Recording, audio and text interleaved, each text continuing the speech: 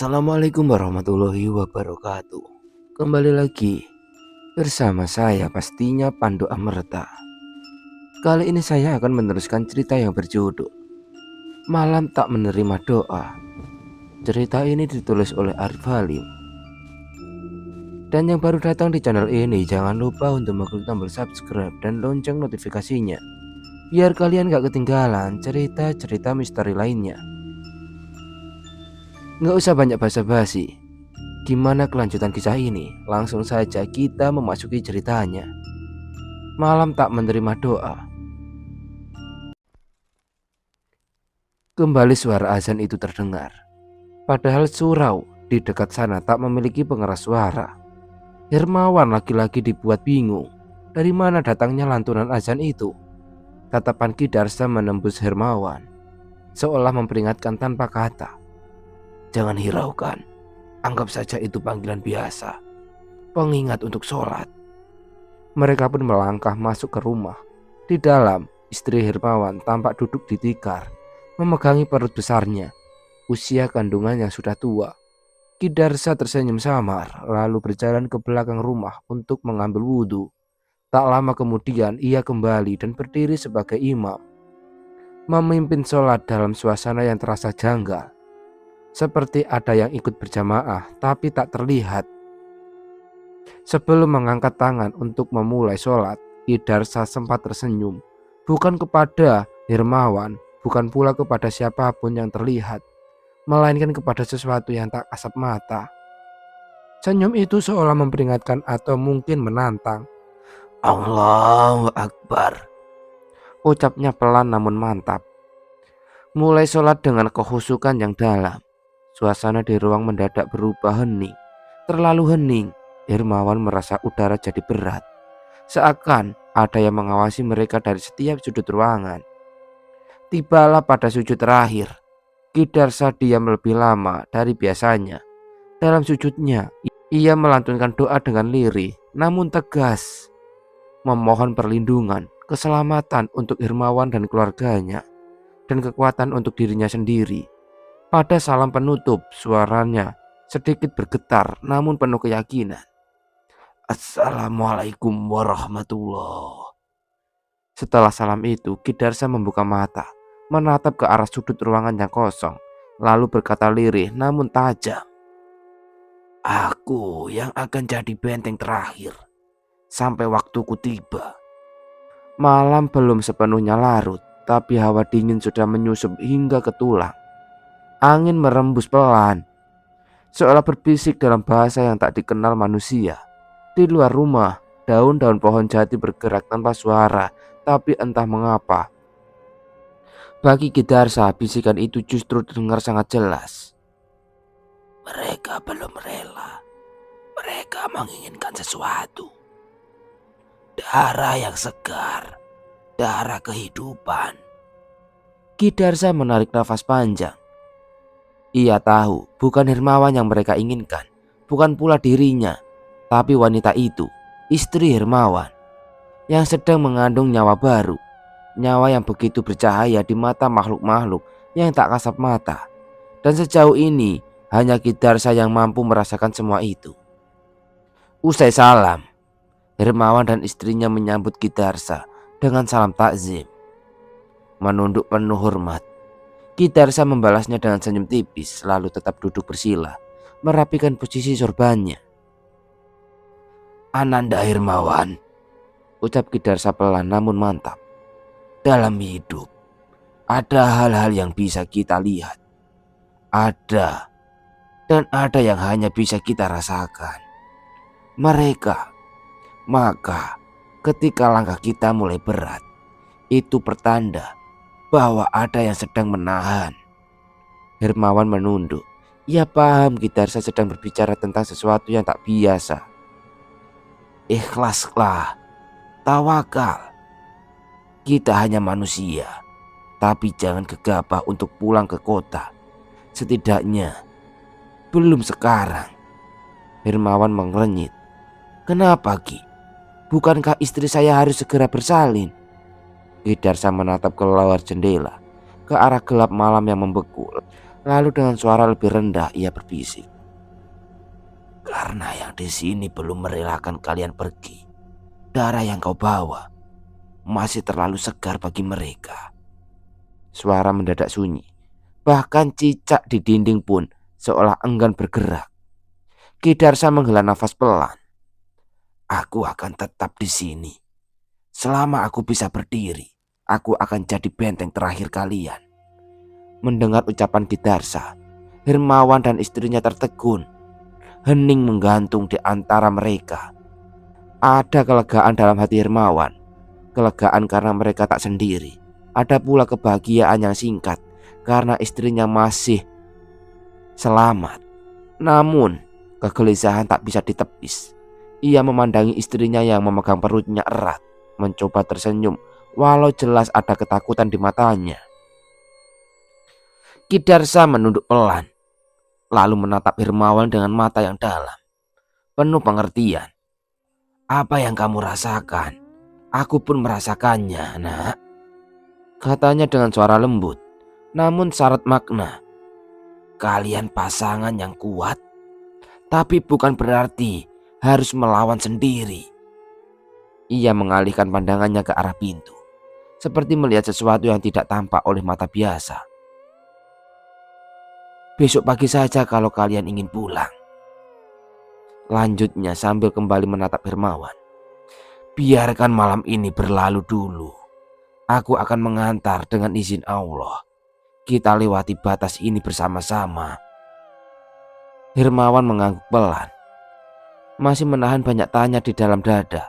Tapi ia tahu malam ini bukan waktu yang tepat untuk mempertanyakan segalanya. Di luar, angin kembali berembus, namun kini terdengar seperti helaan nafas panjang, napas dari sesuatu yang menunggu, sesuatu yang tak ingin kehilangan buruannya. Malam panjang di rumah yang terkutuk. Malam itu, Hermawan dan istrinya akhirnya terlelap, kelelahan setelah hari yang penuh kegelisahan.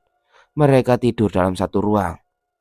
Sang istri bersandar dengan tangan genggaman perutnya, seolah melindungi calon buah hati dari sesuatu yang tak terlihat. Namun bagi Ki Darsa, malam belum benar-benar dimulai. Ia duduk bersila di ruang depan, hanya diterangi lampu templok yang redup. Tubuhnya diam, tapi hatinya berjaga.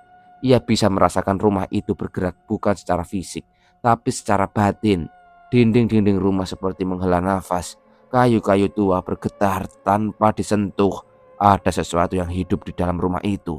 Bukan manusia, tapi bekas-bekas dendam. Darah lama tak pernah tersucikan. Ki Darsa merapalkan ayat demi ayat dalam hati. Tangan kanannya menggenggam tasbih, sementara matanya menatap lurus ke arah sudut gelap rumah, tepat aura paling pekat berkumpul. Dan benar saja, dari arah loteng tua terdengar bunyi geretak. Seperti seseorang menyeret kaki. Angin berhembus masuk celah jendela yang tertutup. Lampu templok berkedip. Udara berubah dingin menusuk dan aroma anyir darah mulai tercium. Sosok itu mulai menampakkan diri, bukan dalam bentuk utuh, tapi kabut hitam pekat yang perlahan turun dari langit-langit seperti lendir kegelapan yang mengalir. "Pergilah," ujar Ki Darsa tenang namun tegas. "Selama aku di sini, tak akan kubiarkan kalian menyentuh mereka." Kabut itu tidak menjawab, hanya menggeliat seperti marah. Lalu dari balik tembok muncul bayangan lain. Perempuan berambut panjang menyentuh lantai, matanya kosong. Tubuhnya berlumuran darah yang tak mengeri. Ia merangkak mendekat, mengerang lirih seperti memanggil sesuatu yang pernah hilang. Ki Darsa berdiri. Ia menyelipkan keris kecil dari balik bajunya. Keris yang sudah dirapalkan dan diberkahi. Dengan satu hentakan kaki ke lantai, ia menggetarkan ruangan batin rumah itu. Dinding-dinding mengerang seperti menangis, tapi Ki Darsa tak gentar. Ia maju perlahan membaca ayat kursi dan doa pelindung, melemparkan garam dan daun bidara yang ia siapkan sejak sore. Makhluk-makhluk itu meraung, menggeliat, memekik dalam diam. Hanya Ki Darsa yang bisa mendengarnya. Tapi itu sudah cukup. Ia tahu malam ini mereka akan mencoba merebut.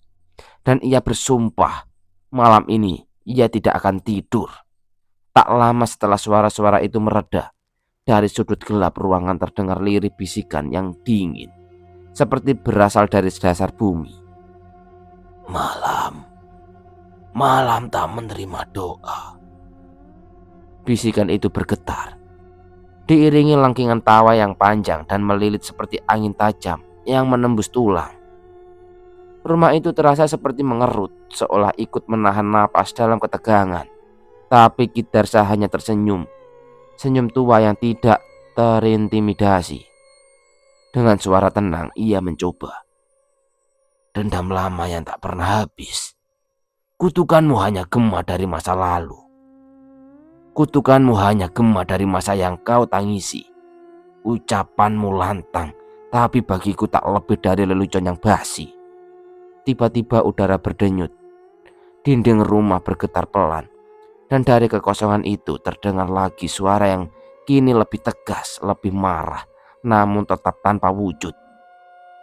Kami dilupakan, disumpah mati dalam sunyi. Tapi darah itu akan membuka gerbang. Engkau tua. Darsa, kau akan lelah. Kau akan kalah. Ki Darsa melangkah ke tengah ruangan, menggenggam kerisnya yang kini bergetar ringan. Matanya menatap lurus ke arah gelap yang padat, seperti bisa melihat makhluk itu. Aku tua, benar. Tapi aku berdiri atas nama yang maha hidup. Satu malam lagi pun cukup bagiku untuk menghentikan langkahmu. Makhluk itu tertawa lagi. Kali ini bukan satu, tapi seperti 1000 suara menyatu. Tangis, jeritan, dan tawa dalam satu irama yang mengacaukan nalar. Kau pikir dia akan lahir tanpa harga? Kau pikir nyawa yang dibawa wanita itu tak membawa kunci dari kami?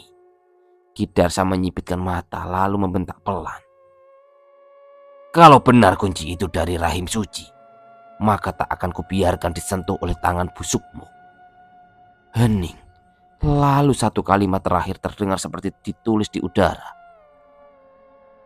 Pagi tak akan datang dengan mudah. Darsa, kami di sini. Kami menunggu. Ki Darsa menghela nafas dalam. Ia duduk kembali bersila, meletakkan keris di pangkuannya, dan kembali merapalkan ayat-ayat suci. Kalau kalian ingin pagi tak datang, maka akulah fajar itu untuk malam kalian. Malam belum selesai, justru kini ia menunjukkan wajah aslinya. Angin datang bergemuruh, berputar hebat, namun hanya di sekitar rumah Hermawan. Seolah rumah itu ditarik ke tengah pusaran lain. Dunia yang terpisah, sunyi dan kelam. Daun-daun berterbangan, tak tentu arah. Debu dan bisikan-bisikan asing melayang seperti zikir dari lidah yang telah membusuk. Namun di dalam kamar, Hermawan dan istrinya tetap terlelap. Terlalu damai, terlalu sunyi untuk malam seperti ini. Karena memang bukan mereka yang diminta hadir, bukan mereka yang dipanggil malam ini, hanya Ki Darsa yang dibutuhkan. Ia berdiri di ambang pintu, tubuhnya kokoh meski usia telah menua. Sorot matanya menembus pekatnya malam, lalu ia melangkah perlahan ke arah halaman depan, ke pusat suara-suara asing yang tak kasat mata. Senyum tenangnya tak pernah pudar. Aku fajar yang kalian tolak. Aku yang akan menjadi pagi itu sendiri. Langit di atas rumah mendadak kelam. Lebih kelam dari biasanya. Di antara pekat itu terdengar lengkingan. Bukan tawa, bukan tangis, tapi ketakutan. Suara makhluk-makhluk yang sudah lama kehilangan bentuk, kehilangan cahaya. Ki Darsa berdiri tegak di tengah halaman, menghadap gelap yang menyelubungi udara. Kau bilang malam tak menerima doa. Tapi aku adalah kalam Allah yang tak pernah mati di telan malam. Suasana berubah mendadak. Akar-akar tua dari tanah mulai bergerak, seolah hendak membelenggu kakinya. Asap hitam menari di udara, membentuk wajah-wajah yang menjerit tanpa suara. Tapi Ki Darsa hanya menutup mata sebentar, lalu membuka kembali dengan tatapan yang kini bercahaya. Dari bibirnya keluar lantunan. bukan sekedar ayat, tapi pukulan bagi mereka yang dibentuk dari muka dan kebencian. Malam mulai goyah, tapi pertempuran belum berakhir. Kabut kian menebal, suara-suara tak berbentuk berputar mengelilingi Kidarsa, menciptakan gema dari dunia yang tak terlihat. Udara berubah beku, seolah waktu sendiri menahan napasnya. Dari tengah pusaran hitam itu terdengar suara rendah, berat dan menghantam jiwa. Tak ada yang datang dari langit untukmu, Darsa. Langkahmu tinggal satu.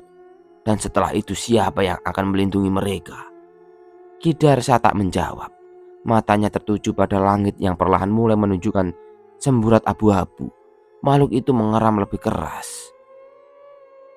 Kau tua, tulangmu rapuh, doamu tak akan menggoyak malam kami. Pagi hanya akan datang jika kami izinkan. Ki Darsa mengangkat wajahnya. Cahaya samar dari timur mulai menyentuh puncak pohon. Ia menatap ke arah suara itu, ke arah kekosongan yang penuh dendam, lalu menjawab dengan suara lirih namun menusuk. Kalian bukan pemilik waktu, dan aku bukan hanya tulang yang merentak.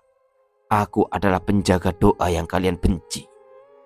Makhluk itu berteriak kini lebih keras, nyaring dan marah. Kami pernah disembah di sini. Tempat ini milik kami. Darah-darah telah bertumpah untuk kami. Kami bukan bayang-bayang, Darsa. Kami adalah warisan yang tak dihapus doa. Tiba-tiba, kokok ayam terdengar dari kejauhan. Satu disusul yang lain. Waktu mulai mengejar. Makhluk itu terdengar memekik panik. Suaranya menjadi samar, seperti dikoyak oleh waktu yang menolak kehadirannya. Belum selesai, belum. Kami akan kembali ketika manusia lupa. Ketika pagi tak diingat lagi. Ki Darsa tersenyum sendu. Matanya berkaca-kaca bukan karena takut, tapi karena iba. Dan aku akan kembali setiap kali kalian muncul dari gelap. Angin berhenti, kabut menghilang, dan malam pun menyerah. Langit masih berselimut gelap saat cahaya pertama mulai mengintip malu-malu dari balik jendela. Udara dingin subuh merayap pelan masuk ke celah-celah rumah kayu tua itu. Aroma kayu basah bercampur bau khas dupa yang semalam dibakar masih samar tercium di udara. Suasana rumah tampak rapi dan bersih. Lantai sudah disapu, perabotan dirapikan, bahkan air hangat untuk mandi telah dipanaskan oleh Ki Darsa, sang penjaga rumah yang setia. Suasana hening, hanya terdengar bunyi lembut embun jatuh dari atap dan kokok ayam sesekali memecah keheningan. Di tengah keheningan itu, Ki Darsa berdiri di depan pintu kamar Hermawan, mengetuknya pelan. Ki Darsa mengetuk pelan 2 kali, suaranya tenang dan penuh wibawa. Hermawan, subuh telah datang, nak. Sudah waktunya engkau bangun dan bersujud padanya. Hermawan masih setengah sadar, suaranya serak. Iya, Ki. Sudah pagi ya. Ki Darsa tersenyum lembut meski tak terlihat. Air hangat sudah Ki siapkan. Rumah juga sudah rapi. Bersihkan dirimu dulu, baru kita ke surau. Hermawan menarik nafas panjang, mulai duduk di ranjang. Terima kasih, Ki. Selalu lebih awal dari fajar. Ki Darsa dengan tenang sedikit berbisik. Fajar hanya datang bagi mereka yang bersedia terjaga. Tak lama setelah Hermawan membuka pintu kamarnya, langkah pelan terdengar dari arah kamar sebelah. Istrinya, Naya, berjalan tertatih sambil memegangi perutnya yang besar. Napasnya pelan tapi berat. Wajahnya pucat meski mencoba tersenyum. Naya lemah tapi sopan. Ki Darsa, maaf, saya belum sempat bantu bersih-bersih tadi malam. Perut ini rasanya makin berat. Ki Darsa berbalik dengan lembut, menunduk hormat. Sudah, Naya, tidak usah dipikirkan. Ibu hamil itu lebih mulia ketika beristirahat. Biarlah saya yang urus rumah ini. Naya tersenyum canggung. Tapi saya jadi tidak enak, Ki. Dari kemarin Ki Darsa yang atur semuanya. Rumah ini masih asing bagi saya. Ki Darsa tatapannya hangat, namun matanya seperti menyimpan sesuatu yang jauh lebih tua dari usianya. Rumah ini akan terasa hangat ketika tidak menyambut dingin dari yang tak terlihat. Hermawan memotong cepat seolah ingin mengalihkan. Sudah, Nay. Ki Darsa memang dari dulu begitu. Lebih dulu bangun dari ayam, lebih tahu dari danah rumah. Naya menoleh, rautnya berupa ragu. Iya, tapi semalam aku mimpi buruk. Ada suara dari loteng. Aku kira, mungkin hanyalah lelah. Ki Darsa diam sejenak, lalu berkata perlahan. Kadang tempat baru belum sepenuhnya kosong. Tapi tenang, selama niat kalian lurus, tidak ada yang berani mengganggu. Tanpa mereka sadari, dari arah ruang belakang tempat Ki Darsa tadi menyiapkan air hangat, bayangan aneh melintas sekejap. Bukan bayangan orang, terlalu panjang, terlalu membungkuk, dan memiliki langkah. Ki Darsa menatap ke arah itu sejenak. Hanya sesaat, tapi cukup untuk membuat bulu kuduk berdiri. Lalu ia kembali menoleh pada pasangan muda itu dengan senyuman datar. Sudah, mari kita sambut pagi. Sebelum yang lama di sini bangun bersama fajar. 2 rakaat subuh baru saja diselesaikan di ruang tengah yang kini disulap menjadi musola kecil. Hermawan berdiri di belakang Ki Darsa, mengikuti setiap gerakan imam tua itu dengan penuh hikmat. Suara Ki Darsa dalam bacaan doa terasa lebih berat dari biasanya, seolah mengandung beban yang tak kasat mata. Cahaya fajar kini mulai mengisi salah-salah sisi jendela, menyapu lantai kayu dengan rona keemasan yang dingin. Usai salam, suasana hening, hanya suara burung-burung pagi dan detak jantung tua di dinding yang terdengar. Sebelum Ki Darsa memecah keheningan dengan suara tenangnya. Ki Darsa menoleh dengan lembut. Suara rendah tapi jelas. Hermawan, jadi kalian akan kembali ke kota hari ini. Hermawan menghela nafas, menatap istrinya yang duduk bersandar di dinding. Iya, Ki, kami harus periksa ke bidan. Kandungan Naya sudah masuk bulan ke-9. Bisa kapan saja. Ki Darsa angguk pelan. Benar. Jalan jauh jangan ditunda kalau sudah dekat waktunya. Aku akan antar sampai terminal atau sampai kota jika perlu. Hermawan mengangguk tapi ada nada bimbang dalam suaranya. Terima kasih, Ki. Tapi jujur, saya agak ragu meninggalkan rumah ini kosong. Baru 2 hari kami di sini, rasanya belum sepenuhnya tenang. Ki Darsa menghela nafas dalam, lalu menatap keluar jendela sejenak. Rumah ini memang sudah lama tidak dihuni. Bangunan seperti ini menyimpan lebih dari sekedar debu. Aku juga merasa begitu, Ki. Seperti ada yang memperhatikan. Semalam aku seperti mendengar sesuatu di loteng. Ki Darsa mendekat sedikit lalu berkata lembut. Itu sebabnya aku sudah berniat menyuruh anakku pulang dari pesantren di Garut. Dia akan sampai besok atau lusa. Dia bisa menjaga rumah ini dan menjaga apa yang seharusnya tetap di tempatnya.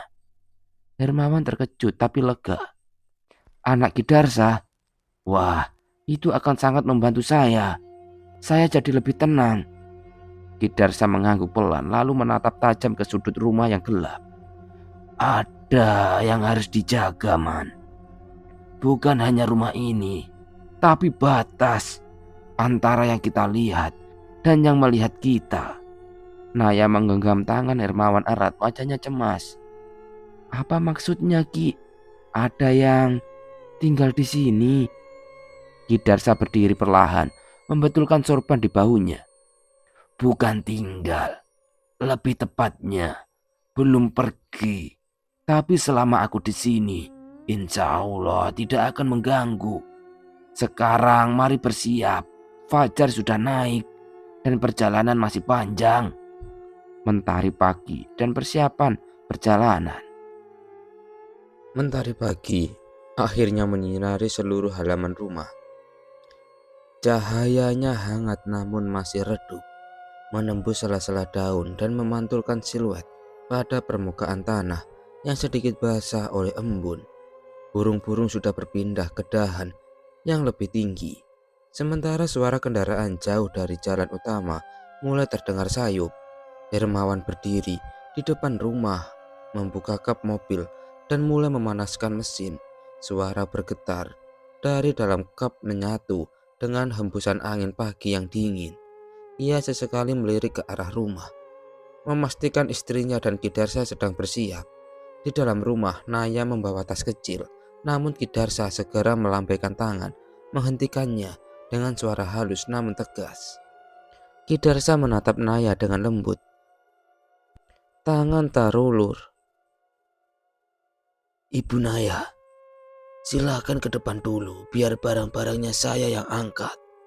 Perjalanan ibu harus tenang. Jangan bawa berat." Naya ragu, tapi akhirnya tersenyum kecil. "Terima kasih, Ki. Saya sungguh merepotkan."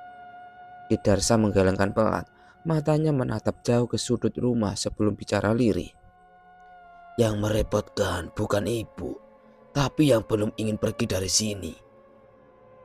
Naya diam sejenak, menelan kekhawatiran dalam hati, lalu melangkah keluar perlahan. Setelah Naya keluar, Kidarsa mengambil sebaskom air dari dalam, mencelupkan tangannya yang sudah mulai keriput namun kuat. Bibirnya mulai melafalkan doa dengan suara rendah, suara yang lebih menyerupai gumaman yang menggetarkan udara. Kidarsa dalam doa pelan namun penuh keyakinan. "Ya Allah, Engkau yang maha menjaga. Jaga rumah ini dari segala yang gaib dan kasat mata. Teguhkan batas antara yang lahir dan yang batin. Lindungi yang berada di dalamnya dari bisikan yang tak bersumber dari cahaya." Ia mempercikan air ke tempat sudut ruangan. Setiap percikan disertai pandangan mata tajam, seolah menatap sesuatu yang tak terlihat oleh mata biasa. Lalu ia berdiri di depan pintu, menutupnya perlahan sambil menambahkan. Kidarsa berbisik pada dirinya sendiri. "Sebentar lagi anakku pulang, dan dia telah diajarkan untuk menjaga. Batas ini tidak akan mudah ditembus."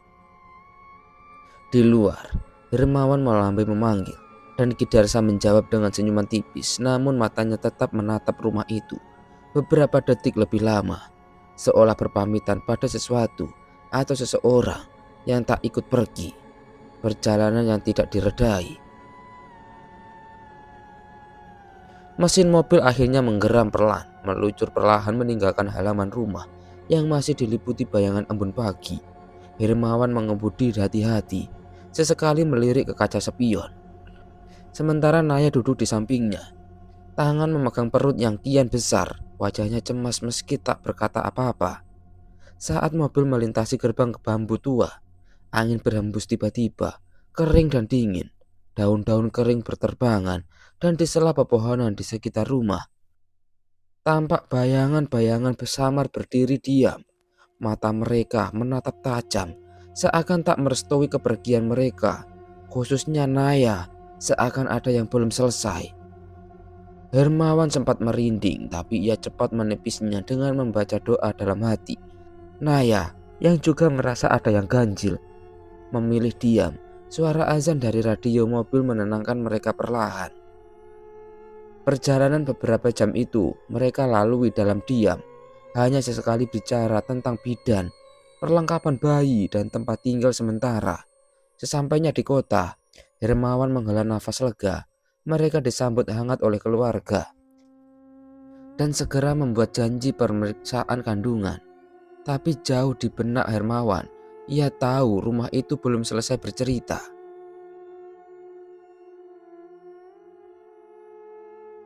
Beberapa hari kemudian, kedatangan sang pewaris. Beberapa hari berlalu, di bawah langit mendung yang menggantung berat, seorang pemuda tiba di depan rumah tua itu. Langkahnya ringan namun mantap, mengenakan baju koko, sederhana dan ikat kepala Sunda. Wajahnya tenang, sejuk dipandang. Namun ada sorotan mata yang menunjukkan keteguhan dan ilmu yang matang, jauh melebihi usianya. Namanya Raga Praja, nama pemberian kakeknya yang berarti penjaga negeri. Biasa dipanggil Raga. Raga sudah sejak kecil dibesarkan oleh Ki Darsa.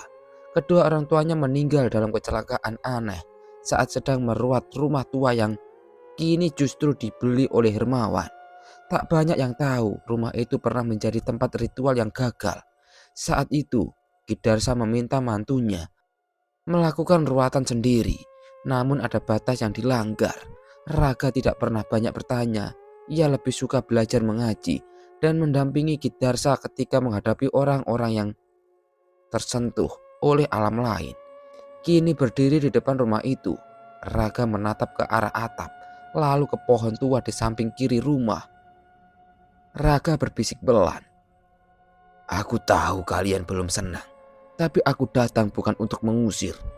Aku datang untuk menjaga agar kalian tak melangkah lebih dari seharusnya."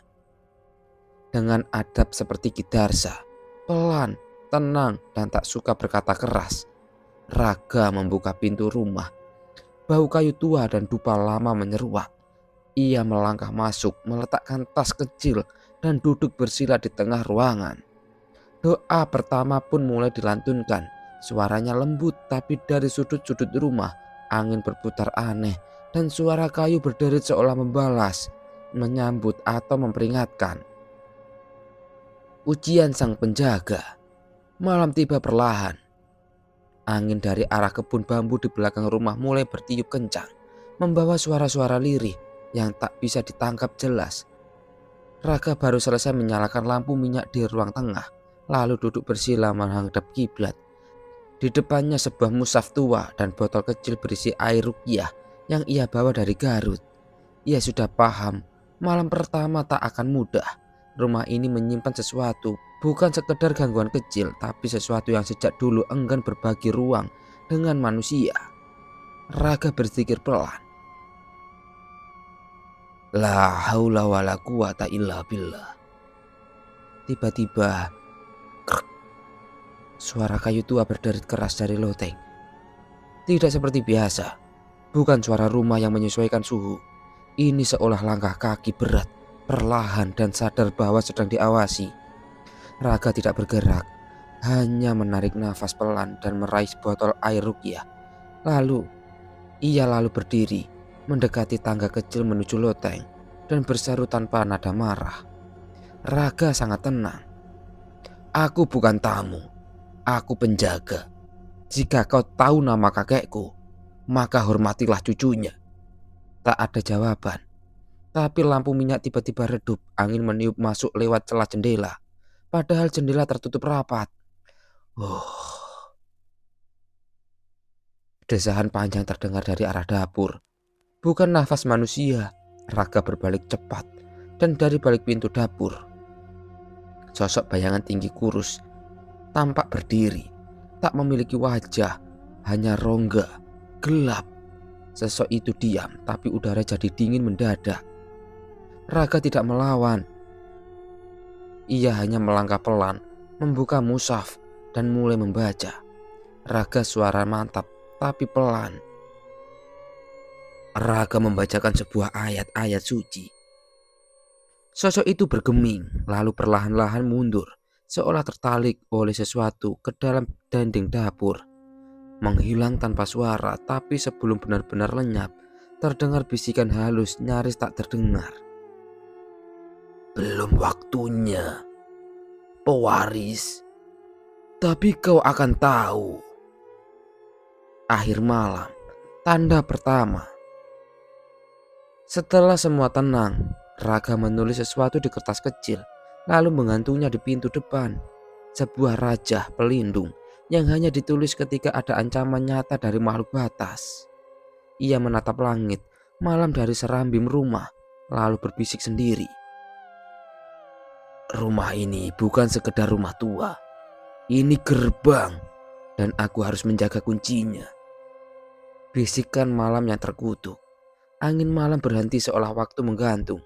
Udara di dalam rumah menjadi berat, bukan karena panas, tapi karena kehadiran yang tak terlihat telah memenuhi ruangan. Raga masih berdiri di serambi, matanya menatap langit, tapi telinganya tajam menangkap suara bisikan yang tak berasal dari arah manapun. Namun menggema langsung ke dalam batinnya, dan suara itu mulai berkata. Suara tanpa wujud, dalam, menyeret dan penuh murka. Malam tak menerima doa. Raga tersenyum tipis, namun wajahnya tetap tegang. Kalau malam menolak, maka aku akan mengetuk pagi. Suara dengan dengusan tawa kering. Doa kalian hanya gema kosong. Suara yang tak sampai ke langit, tak tembus ke bumi. Raga melangkah pelan ke dalam rumah, mengambil mushaf yang terbuka. Kami hanya butuh satu pendengar, dan itu bukan kau. Suara berubah tajam, kini terdengar di balik dinding, dekat sekali. Kau pikir dengan bacaan tua itu, kau bisa mengusir kami? Rumah ini sudah lama milik kami. Leluhurmu gagal, dan orang tua kalian membayar dengan nyawa. Raga, mata tajam, suara tetap rendah namun mantap. Dan karena itu, aku di sini untuk menyelesaikan yang belum selesai. Suara berdesis semakin dekat. Kau akan patah sebelum pagi. Karena ini bukan sekedar rumah, ini penjara yang dibuka dari dalam. Raga menutup mushaf perlahan dan meletakkan tangan di dinding yang bergetar lembut. Aku datang tidak untuk memenjarakan. Aku datang untuk membatasi, agar kau tetap di tempatmu. Suara kini terdengar seolah tepat di telinga, lirih namun dingin. Jika kau kuat, kami akan menunggu. Tapi jika kau jatuh, anak dalam kandungan wanita itu akan menjadi jembatan kami keluar.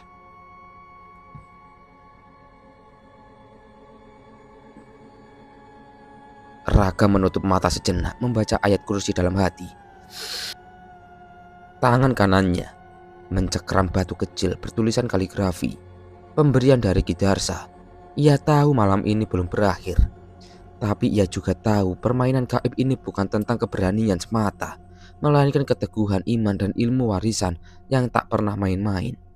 Di luar rumah, bulan tertutup awan tebal dan angin kembali berhembus, tapi kini membawa sesuatu yang lebih sunyi. Ancaman yang bersabar, percakapan mencekam malam itu. Raga terkekeh pelan, tidak karena meremehkan, tapi karena memahami betul medan yang sedang ia hadapi. Kalian berbicara seolah menang, tapi sejak kapan bayangan menang atas cahaya? Saat cahaya menyala, suara tanpa wujud, getir, nadanya sedikit luka lama yang tak sembuh. Karena kalian hanya nyala sesaat, kami abadi dalam diam, dalam kelam yang tak pernah padam. Kau kira kau istimewa? Raga melangkah ke jendela, membuka tirai tipis, menatap ke arah pohon besar di halaman. Aku bukan siapa-siapa, hanya utusan yang belum pulang. Tapi cukup tahu siapa yang boleh bicara dan siapa yang hanya menggonggong dari kegelapan.